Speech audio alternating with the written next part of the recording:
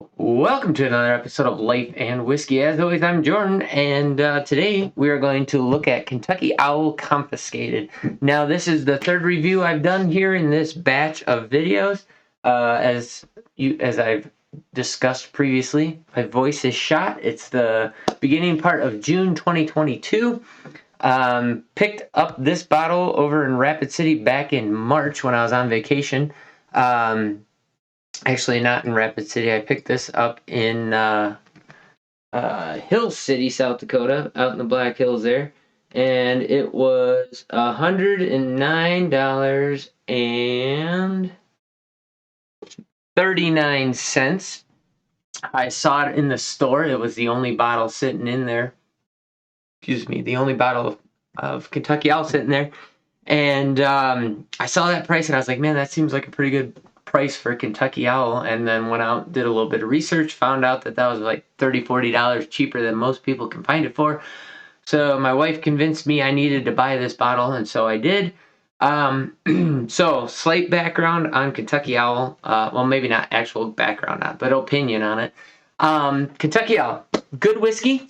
In fact, at the tasting library here in town, they have one of the ryes. I'm not sure which one. We're going to go check that out at some point here because I'm not going to spend $350 for a bottle of rye whiskey. I think a lot of the newest releases of Kentucky Owl seem very overrated or overpriced. This is my own personal opinion. I mean, when you're talking $200-$300+ for a bottle of whiskey of any variety, I don't think I'm going to pay that much. Now, in the future, you might see me with a video of a bottle of something going, it was only $200. I don't know. And especially now with the, here we are, June 2022, inflation's through the roof, the economy's a wreck. There's a whiskey barrel shortage. Coming this fall, there's going to be a grain shortage. We're going to have all kinds of problems in the future here. The cost of whiskey is probably going to go up. It's probably going to go up very high, very quickly. So if you haven't already, go out and find things that you like. Purchase a reasonable supply of those, and anything else that tickles your fancy, because it's not going to get any cheaper, and your money sitting in your bank account is not going to buy you any more stuff in the future. So there's that. On top of that, though, it's hard for me to justify hundreds of dollars. I mean, I've just recently, in the last year, maybe year and a half, been able to bring myself to spend $100+ on a bottle of whiskey. $100 is an insane amount of money to spend on something you're just going to drink and piss out. My own personal opinion. However, it's good if you get enjoyment out of it. Great. If you justify it, great. I'm not going to knock you for it. I'm a tight ass. It's hard for me to spend money on anything, let alone on whiskey that is that high, and it really has to blow me out of the water. Now, with some of the scotches that I have, the Islas, I got some Lagavulins and some Lafroigs, Ardbegs, things like that have been over $100. I am happy with those purchases. Of course, I always want to see them cheaper, but you know what? That's just kind of the world we live in, and I'm okay with those. They're special occasion whiskeys or something I have every now and again. I get enjoyment out of those, and I'm okay with spending that amount of money. But I mean, when that price tag starts pushing 200, and let alone I can't even imagine 300, I just don't see that happening for me. And with these Kentucky Owl spirits, now I'm pretty sure Kentucky Owl, distilled in Kentucky, bottled by Kentucky Owl. So they're sourcing this whiskey. I'm pretty positive Kentucky Owl does not have its own distillery. So you're getting sourced whiskey, so it's not even their own product. Now, I'm not knocking that because I do believe that with blended whiskeys and sourced whiskeys, you can get some really nice stuff. But when you're just, putting something together and throwing it out there and, they revived the Kentucky Owl brand, I mean, to start straight out of the gate getting that kind of a price, to command that kind of price, it's kind of nuts. I mean, even for this, I think $109, even though it's cheaper than what you can find it for in most places, I paid too much money for this.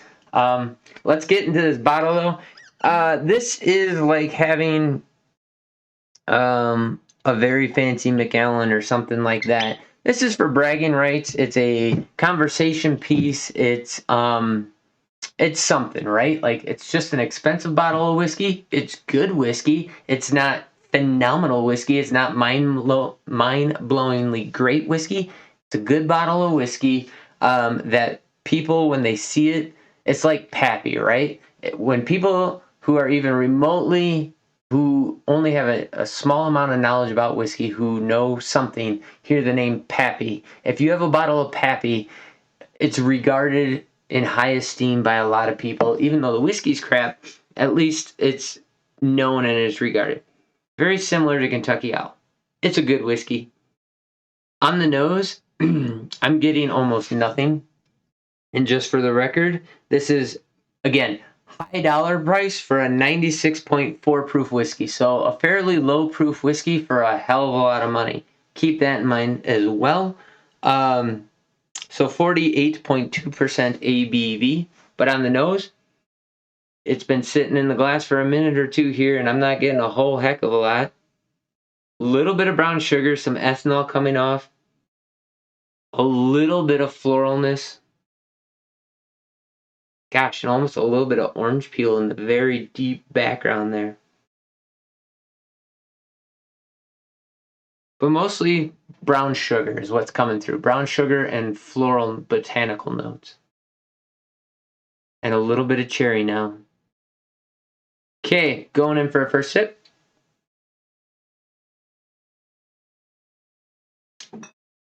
First sip. It presents very different than most bourbons. It's very sharp and very tannic. So it has a very bitter tannicness up front. It's almost like drinking water and being for the first half a second. And then it goes into tannic bitterness. Then it moves into ethanol and cherry, dark fruit cherry, and then you get the sweeter notes towards the finish, and then you get a heavy ethanol and black pepper finish on that. So it's squarely bourbon. It's pretty good bourbon. It's one of those ones that, as I take a second sip, I expect it to change a fair bit. But the way that it presents, I would say on the first sip, that tannic bitterness mixed with ethanol up front makes it unenjoyable on that first sip and makes it drink or presents like a hotter whiskey than what it is. That first sip made me think that this was over 100 proof after that initial watery thinness got past. Now on the second sip, the nose went all floral, by the way. Second sip,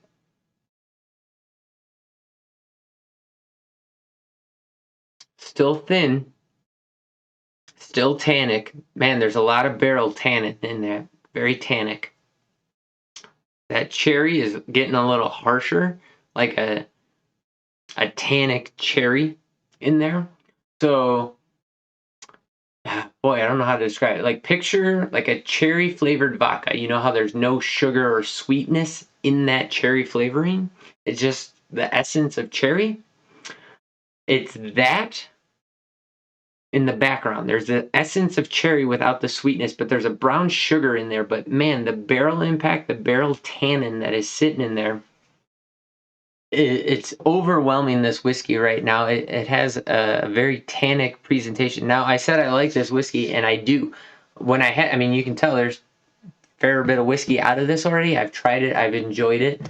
At the moment, at this particular time, I am not enjoying this as much. And that cherry's coming through it. So it's like a very tannic wild turkey is how I'd say it. So like that Kentucky Spirit that I just got done reviewing, it tastes like that with a bitter tannic note mixed in. And a little more brown sugar mixed in too, but it's the flavor, again, it's the flavor of brown sugar without the sweetness of brown sugar. It's that molassesy flavor without the sweet. Now the nose is all cherry. Third sip, sweetened up that time up front. That mid palate though is all those tannic notes. So there's a heavy barrel impact on this. I know that I do like this bottle. Right now, it's hard for me to make that seem possible because right now that tannic note is taking over way too much. And now on the finish, it's just ethanol and black pepper and tannin. So I know none of that sounds all that great, but where do I go with this? Currently, while I'm drinking this, I don't know if I would have paid $60 for this. If this was $50, I'd be extremely happy. At $110, right now I'm unhappy with this. The first time that I drank this, right after I purchased it, I was happy with it. It was good and enjoyable. This is something that I think that maybe if I have a little bit more whiskey under my belt, my palate would appreciate a little bit more.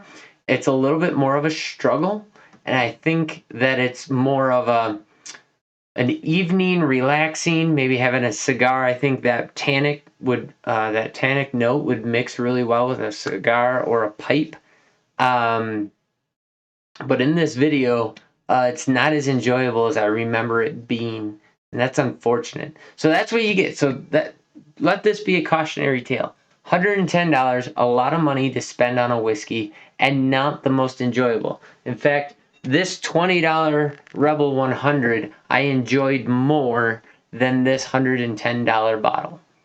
There you go. If I'm wrong, let me know. Throw it in the comments down below. I'm sure I'll hear about how great Kentucky Owl is, and I'm sure this is not their greatest product, but in my opinion, not a huge fan, and this is not a huge fan. Not a huge fan at the moment. An enjoyable bottle, but right now this is not at the top of my pick, and this is making me realize I'm not going to be probably trying any other Kentucky Owl products through my own purchase. If I'm given a bottle, if a friend has a bottle and shares a drink with me, I will accept it with graciousness. I don't know, that's probably not how I want to say it. I'll be happy to enjoy a whiskey with somebody else if it's provided by them. But I will not be spending money on Kentucky Owl. I do not think it is worth it. If I'm going to spend $110, I'm going to get a really nice Islay Scotch. There's my review of Kentucky Owl. Throw down in the comments down below what you can get a bottle of Kentucky Owl Confiscated in your area and what your thoughts are if you've had it. Like I said, I do believe that this is a good bourbon, a reasonable bourbon right now, coming off the heels of those other two bourbons. It's just not hitting me the way that I remember it, and I know this review's kind of crapping on it. I don't think it's bad, but I probably wouldn't pay $110 for it again. So there you go. Let me know what you think of it. If you haven't already, like, comment, subscribe. Think of other people who might enjoy a whiskey review. Share this video with them or any of my other videos. And as always, I'd love to hear what you have to say. Drop that in the comments down below. And thanks for watching. You guys have yourselves a great day, and we'll catch you in the next video.